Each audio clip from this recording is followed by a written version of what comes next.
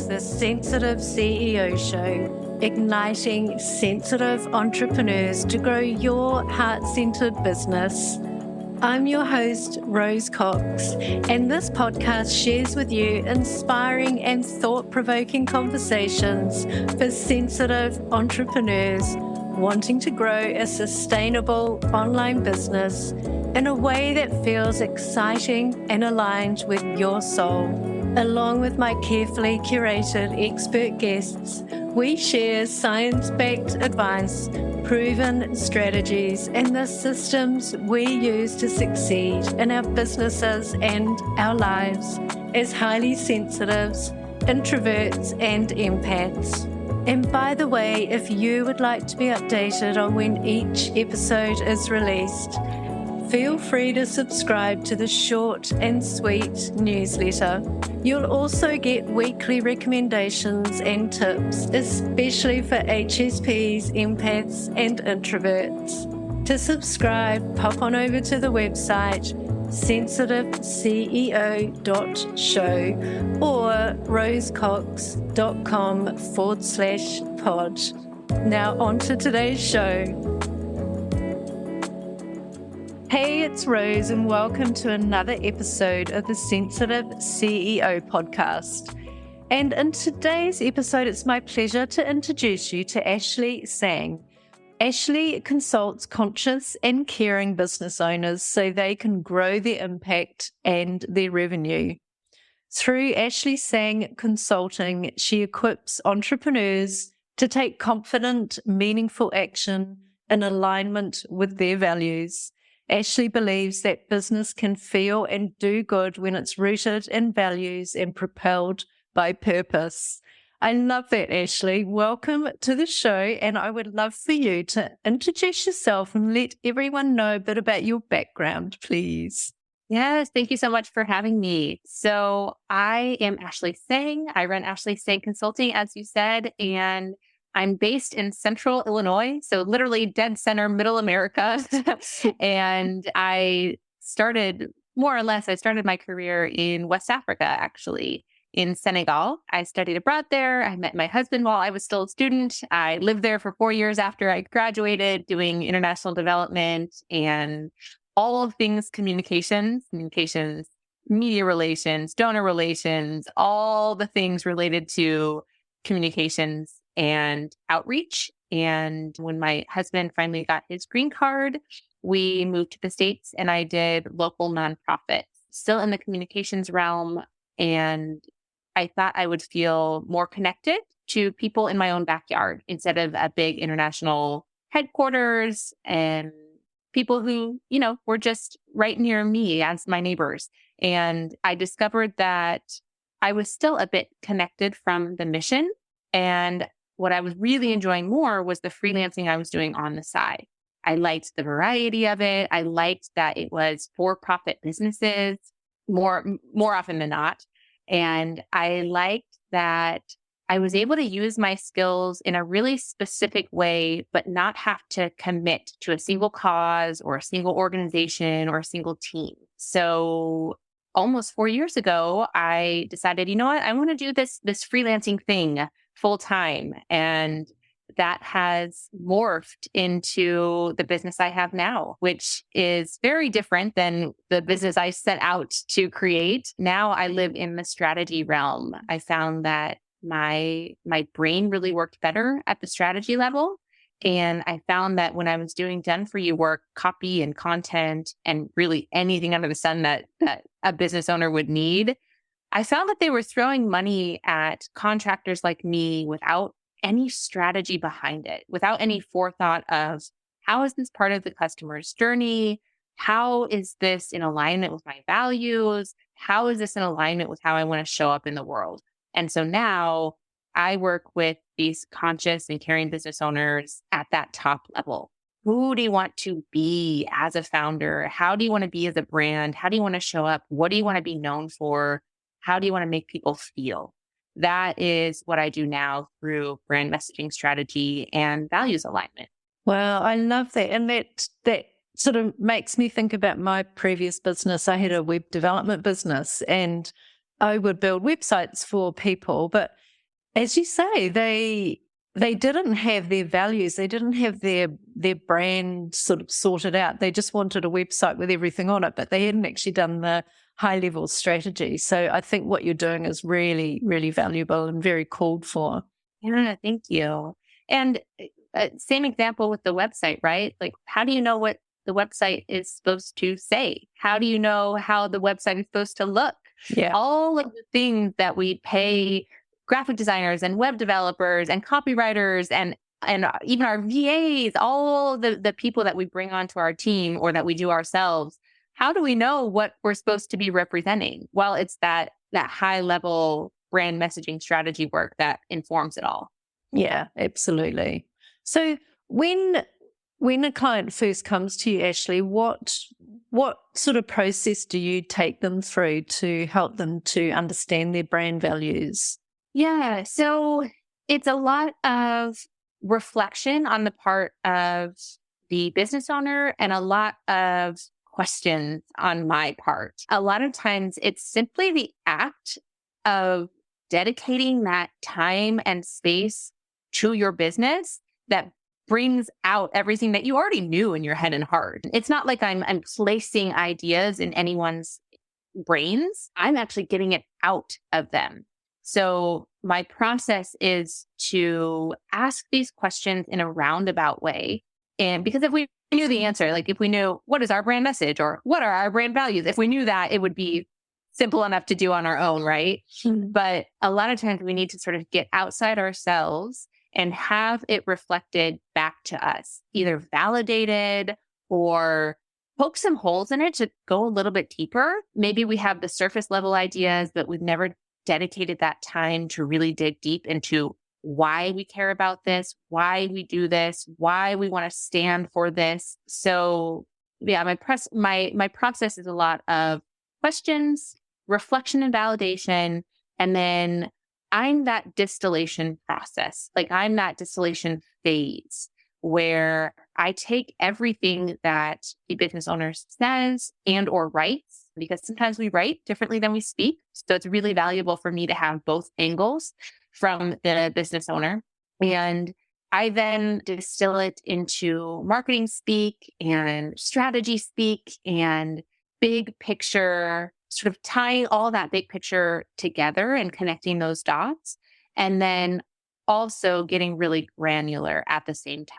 So whether it's a quick win consulting call, which is 1 hour, and literally we're going after a quick win, right? We're going after that momentum. We're trying to sort of buzz through a bio together or look at the about page and really figure out, is this what I stand for? Or I've had these 5 burning questions about marketing. Let's just zip through those sort of thing.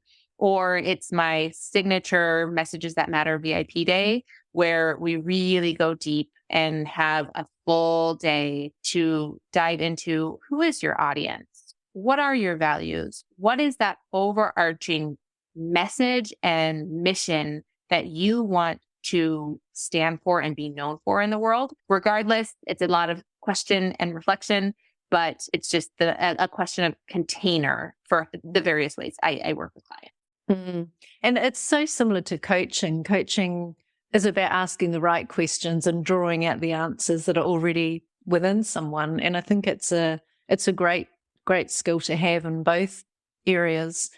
So when you discover or help people discover their values, do you have a set amount of values, like 3 to 5 or 10, or how many values do you recommend people focus on? Yeah, I definitely recommend 3 to 5. Fewer is better. I like 3 as the minimum so that there's enough to sink your teeth into. There's enough to guide your decisions, enough variety, right? You've really thought about it from all angles if you have that minimum of 3. And I like no more than 5 because otherwise you're spreading your North Star, your map, your message too thin. So if you stick in that 3 to 5 zone, then you have enough to anchor you, enough flexibility so you don't feel boxed in any way, but you have a strong enough container to really have a strong foundation to build from. And a lot of times we struggle not with coming up with the values, but with honing them. Yes. So I highly recommend list all the values, right? If you have 25 things that you care about, that's wonderful. That means that you're a conscientious person, probably, right? But 25 core values means that they're not actually prioritized and core, right? So the next step in the process would be to figure out where they tie together.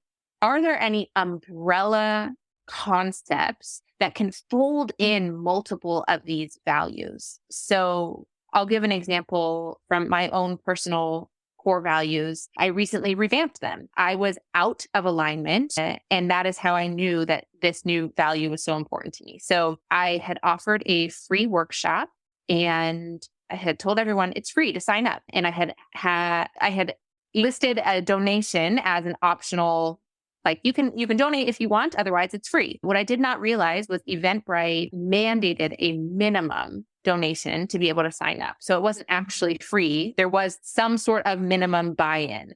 And so I was so out of alignment that I realized integrity is absolutely essential to me, my person, how I run my business. I felt so mortified by that situation that I realized, okay, that means that integrity is a core value of mine. So word to the wise, anytime you've ever felt mortified, that is a strong indicator of something that's very important to you. So I realized, okay, I really want integrity to be one of my core values for my business and for how I interact with everyone around me. But that means I need to bump one because I already had 5, right? So I was looking at my list of core values, and freedom wasn't really resonating with me anymore. I realized that I don't feel particularly free in the sense of I work from home. I'm not like nomadic, and I work fairly set hours, and the concept of freedom just wasn't really lighting me up anymore. But I realized that freedom as a concept could fold under my existing value of exploration. So I'm free to explore and experiment and stay open-minded and have a variety of things. That freedom idea could more specifically and more sort of emotionally fit into my business under this idea of exploration, which was already a core value of mine. So I bumped one for something that was much more resonant to me and how I want to run my business. And I was able to find that umbrella existing value to tuck in that other one. So I highly recommend that whether you are evolving your values, just as I did, or as you're setting that initial set of values, how can you tuck and fold and envelop your value to find the most specific and resonant concept for you?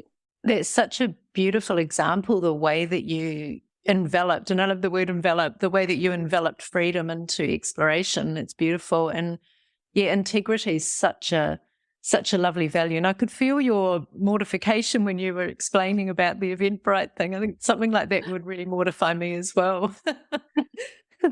Yeah. And I mean, those negative emotions are really powerful. Those are, lean into those, right? Of course, we don't ever want to be mortified. We don't ever want to feel out of alignment. But when we do, pay attention to those, because that can really shine a light on what you do want. One of the questions I often pose to business owners as they're evaluating what they want their values to be, or what their values are essentially, is what do you absolutely not stand for from other people? Like, what would you never put up with, or what would you never want your name associated with? It's that negative aspect that shows you the positive thing you do want to stand for. Yeah, I love that. That's so important, isn't it, to know what you don't stand for? That's very, very important. So when you help people to get clear on their brand values and their values, how does that help with their messaging, with marketing in mind in particular? Yeah. So for me, it's the crux of everything. It's what makes marketing successful. Values are how you show up. Your mission is your why, your audience is your who, your vision is the what, your values are the how. So that is what dictates how you craft your messages, how you want people to feel when they receive them, how you show up, what energy you put into your content or copy or wherever it is that you're creating or marketing. Um, and so your values are really what attract the people you want to work with.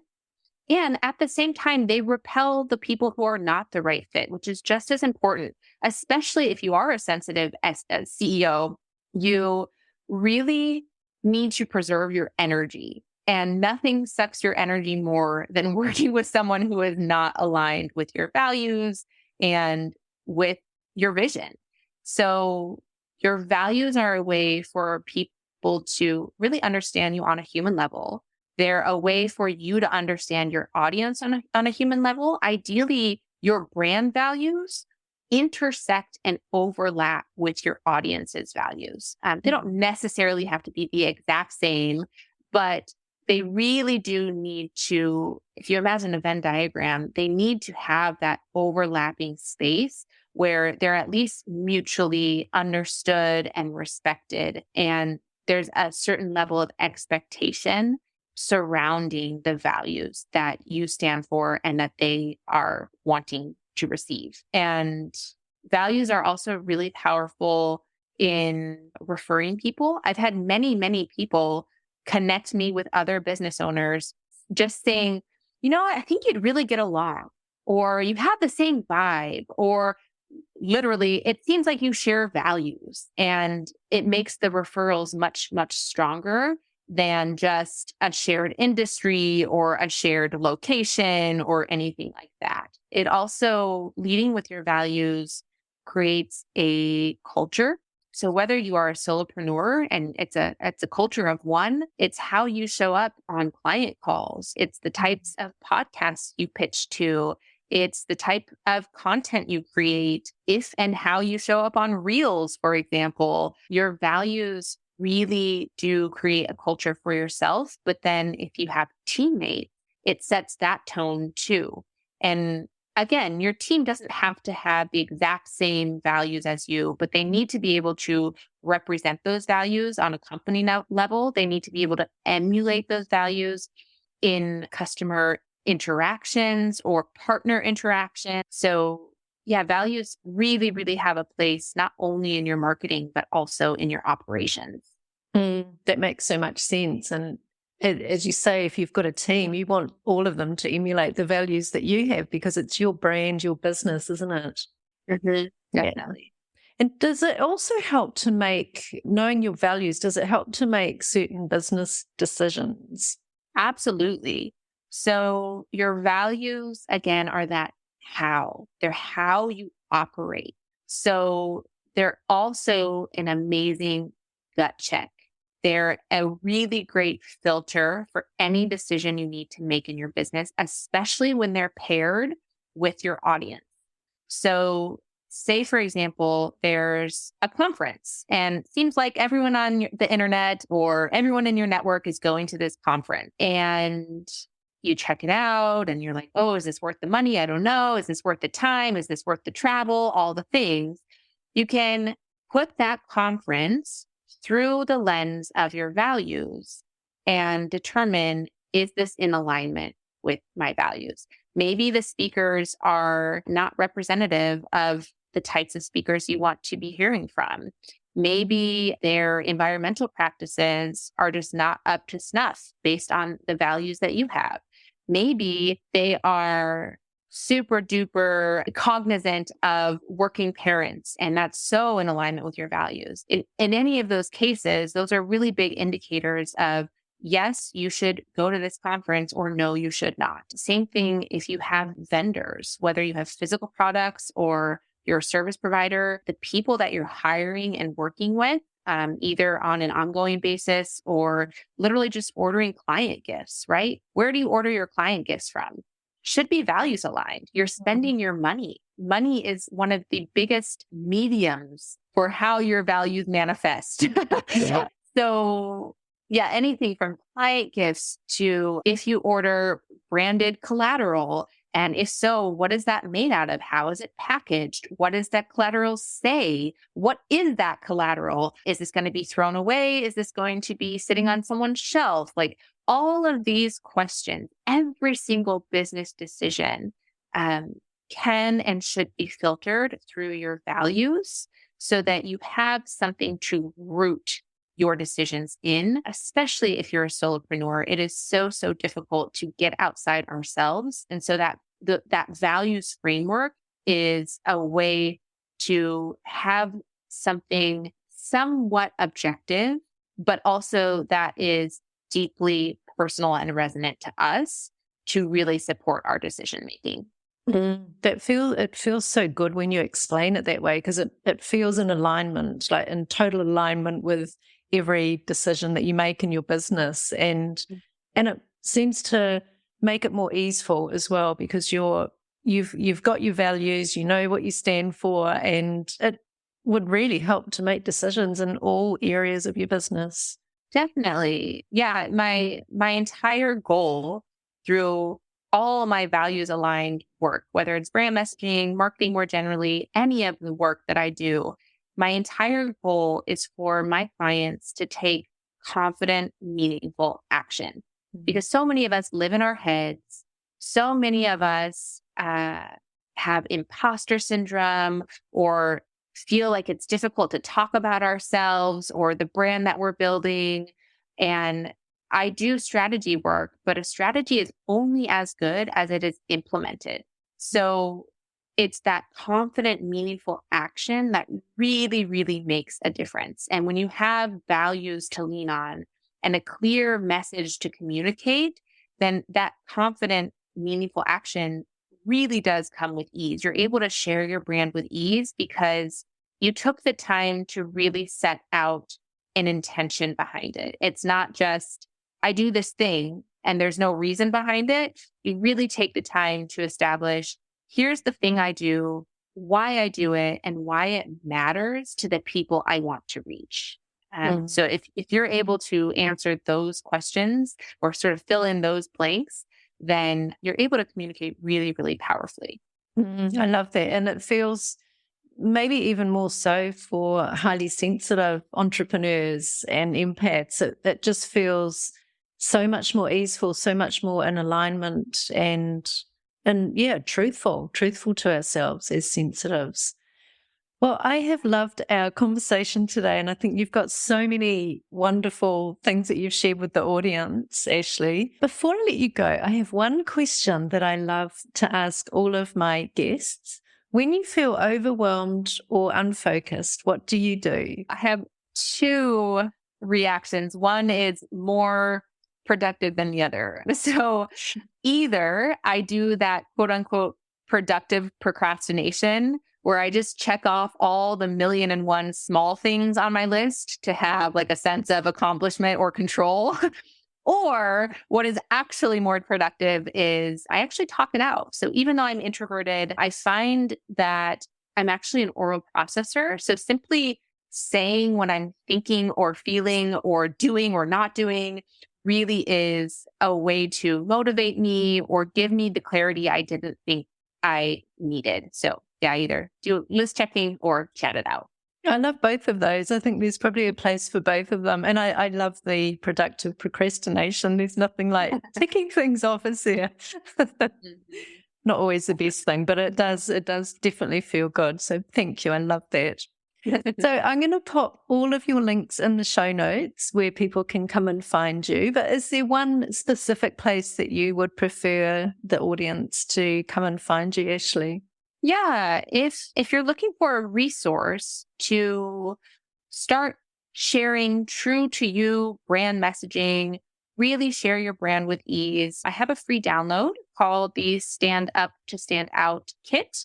And it's a brand messaging workbook that guides you through a lot of this values alignment reflection. And then it has a consistency checklist, which I think is the most valuable part to really cross check. All right, what areas of my business am I already doing a great job of showing up the way I want to? And what areas really need some work? So I have a link just for you listeners. It's free for everyone regardless, but it's at Ashlee Sang, ASHLEE, sang like sang a song.com/sensitive CEO. And you can download the kit and definitely let me know if anything bubbles up that you want to share. Beautiful. Thank you so much. And I'll pop that link into the show notes as well. Well, thank you, Ashlee. It's been really, really lovely talking to you today. And I love everything that you shared with the audience. So thank you. Thank you so much for listening to this episode of the Sensitive CEO Show. If you enjoyed this episode, or if you think it would be useful for someone else, please leave me a review on sensitiveceo.show. Just follow the prompt in the menu. Each month, I'm offering one lucky reviewer a chance to win a 1-hour business and mindset audit with me. This in-depth audit covers the 5 pillars of your online business, and you'll walk away with super clear action steps specifically for you and your business. You'll be re-energized and motivated to step into your greatness. You'll also find all of the show notes for each episode on the website sensitiveceo.show. And while you're there, make sure you subscribe to the short and sweet newsletter. You'll get weekly recommendations and tips, especially for HSPs, empaths, and introverts. And as the name implies, the email is short and sweet. The Sensitive CEO Show, igniting your sensitive superpowers.